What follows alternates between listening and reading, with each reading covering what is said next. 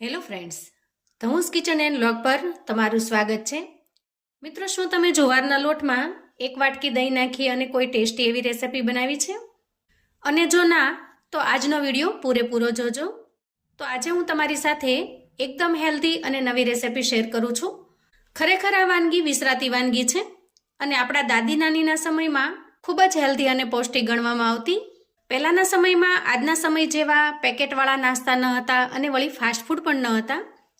ત્યારે આ ખૂબ જ હેલ્ધી એવી વાનગી બનાવી સાંજે કે સવારે નાની મોટી ભૂખમાં અથવા તો સાંજે હળવા ડિનરમાં બનાવવામાં આવતી હતી, જે ખૂબ જ ટેસ્ટી અને પૌષ્ટિક પણ છે.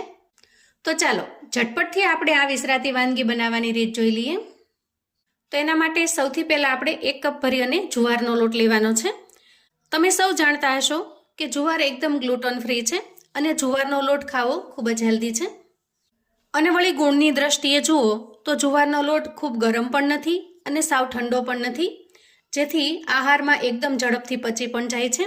અને આ કારણથી જુવારનો લોટ ખાવાની ડૉક્ટર પણ આપણને સલાહ આપતા હોય છે. તો અહીંયા આપણે 1 વાટકી જેટલો સાદો, જે રેગ્યુલરમાં આપણે જુવાર દળાવીએ છીએ એવો લોટ લેવાનો છે.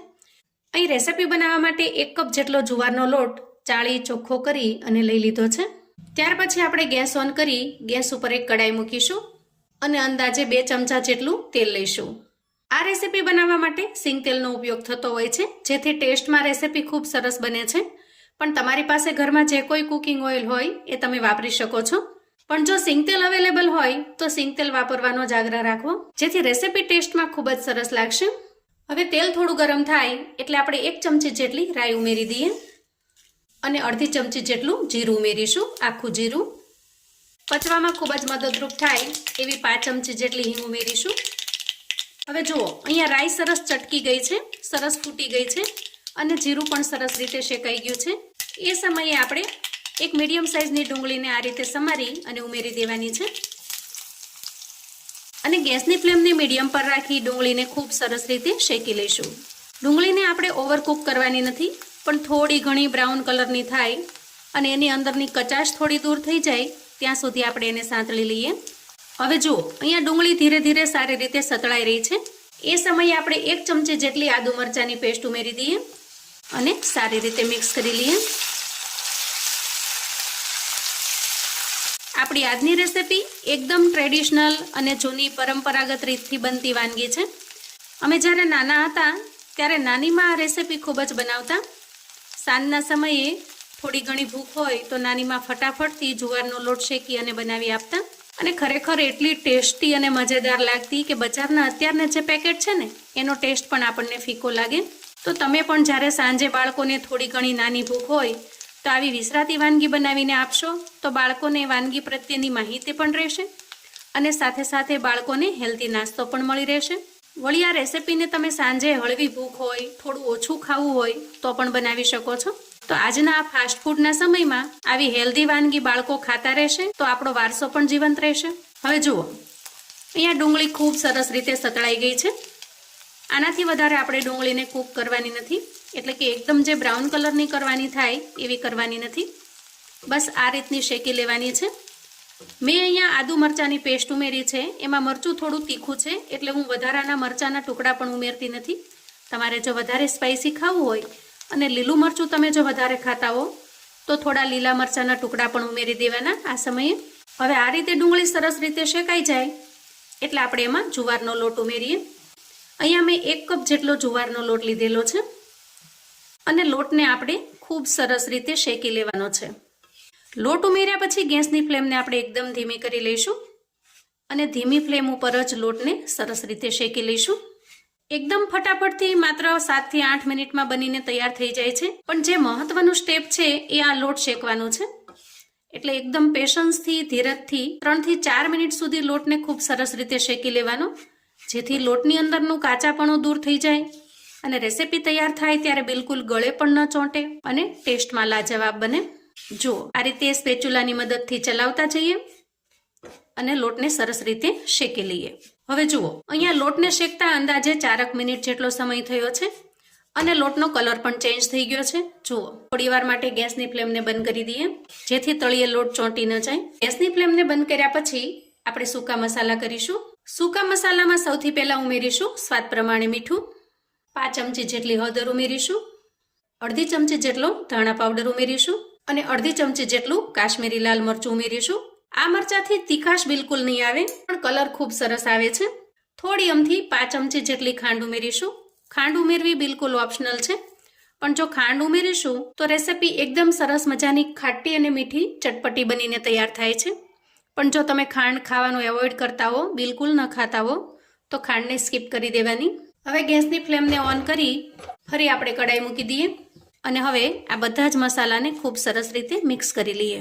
જુવારનો લોટ ખાવામાં એકદમ ફરસો હોય છે, બિલકુલ ચીકણો હોતો નથી. આ રેસીપીને વધારે સ્પાઇસી બનાવવા માટે તમે થોડા ચીલી ફ્લેક્સ ઉમેરી શકો છો, લીલા મરચાના ટુકડા ઉમેરી શકો છો. લોટ સરસ રીતે શેકાઈ ગયો છે.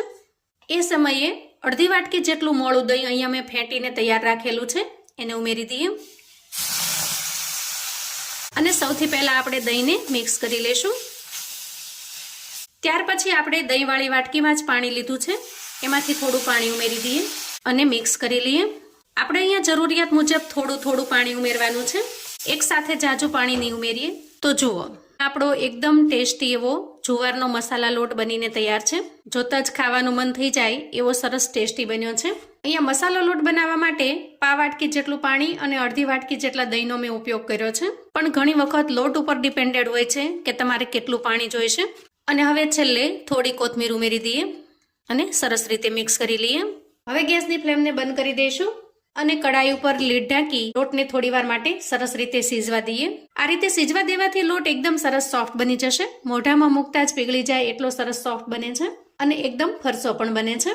હવે અંદાજે 2 મિનિટ પછી આપણે ઢાંકણ ખોલી લઈએ. વાહ, જુઓ, એકદમ સરસ સોફ્ટ એવો જુવારનો મસાલા લોટ તૈયાર છે. એકદમ સરસ સોફ્ટ અને ખૂબ જ ફરસો બને છે. બિલકુલ ચીકણો ન લાગે, બિલકુલ ગળે ન ચોંટે અને સડસડાટ ગળા નીચે ઉતરી જાય એટલો સરસ ફરસો બને છે. હવે તૈયાર થયેલા મસાલા લોટને આપણે સર્વ કરી લઈએ. તો મિત્રો, તમે ચોખાના લોટનું, ચણાના લોટનું, પૌવાનું ખીચું ઘણીવાર ખાધું હશે, પણ આ રીતે જુવારનો મસાલા લોટ ક્યારેય ટેસ્ટ નહીં કર્યો હોય. ખરેખર એટલો ટેસ્ટી અને લાજવાબ બને છે કે જો તમે ક્યારેય ટ્રાય ન કર્યો હોય ને તો એક વખત મારા કહેવાથી પણ ચોક્કસથી બનાવજો. બાકીના બધા જ ખીચાની રેસીપીને ભૂલી જશો, એટલો ટેસ્ટી બને છે. મારા ઘરમાં આ લોટ મહિનામાં એકાદી વખત ચોક્કસથી બનાવું છું, કેમ કે ટેસ્ટમાં લાજવાબ હોવાથી ઘરમાં બધાને ખૂબ જ ભાવે છે. થોડી ઝીણી સમારેલી ડુંગળીથી ગાર્નિશ કરીશું અને ઉપરથી થોડો લીંબુનો રસ ઉમેરી દઈએ અને થોડી બેસનની સેવ. વાહ, જુઓ, એકદમ લાજવાબ ડીશ બની છે. એક વખત ચોક્કસથી આ રીતે જુવારનો મસાલા લોટ બનાવજો અને મને ફીડબેક શેર કરજો કે ખરેખર આ ટેસ્ટી રેસીપીનો ટેસ્ટ તમને કેવો લાગ્યો છે. અને હા, બીજી જુવારની કેવી રેસીપી તમે પણ બનાવતા હો છો એ મારી સાથે શેર કરજો, જેથી મને પણ ખ્યાલ આવે કે જુવારના લોટમાંથી કેવી સરસ મજાની વાનગીઓ બને છે. તો મિત્રો, આવું અવનવું જાણવા માટે અને મને સપોર્ટ કરવા માટે ચેનલ પર જો તમે નવા છો તો પ્લીઝ ચેનલને સબસ્ક્રાઈબ કરો. વિડીયો ગમે તો લાઈક અને શેર કરો. તમારા સગા સંબંધી મિત્રોને પણ આપણી આજની એકદમ ટેસ્ટી જુવારના મસાલા લોટની રેસીપી ચોક્કસથી મોકલી આપજો, જેથી એ પણ બનાવીને તૈયાર કરી શકે, એન્જોય કરી શકે અને એના પરિવારને પીરસી શકે. કોમેન્ટમાં મને ચોક્કસથી જણાવજો મિત્રો કે આજની આ ટેસ્ટી રેસીપી તમને કેવી લાગી છે. તમે મારો વિડીયો ક્યાંથી ને કયા ગામથી જોઈ રહ્યા છો એ પણ ચોક્કસથી જણાવજો, જેથી મને જાણીને આનંદ થશે કે તમે મારો વિડીયો ક્યાંથી જોઈ રહ્યા છો. ફરી મળીશું એક નવી રેસીપી સાથે. ત્યાં સુધી આવજો મિત્રો.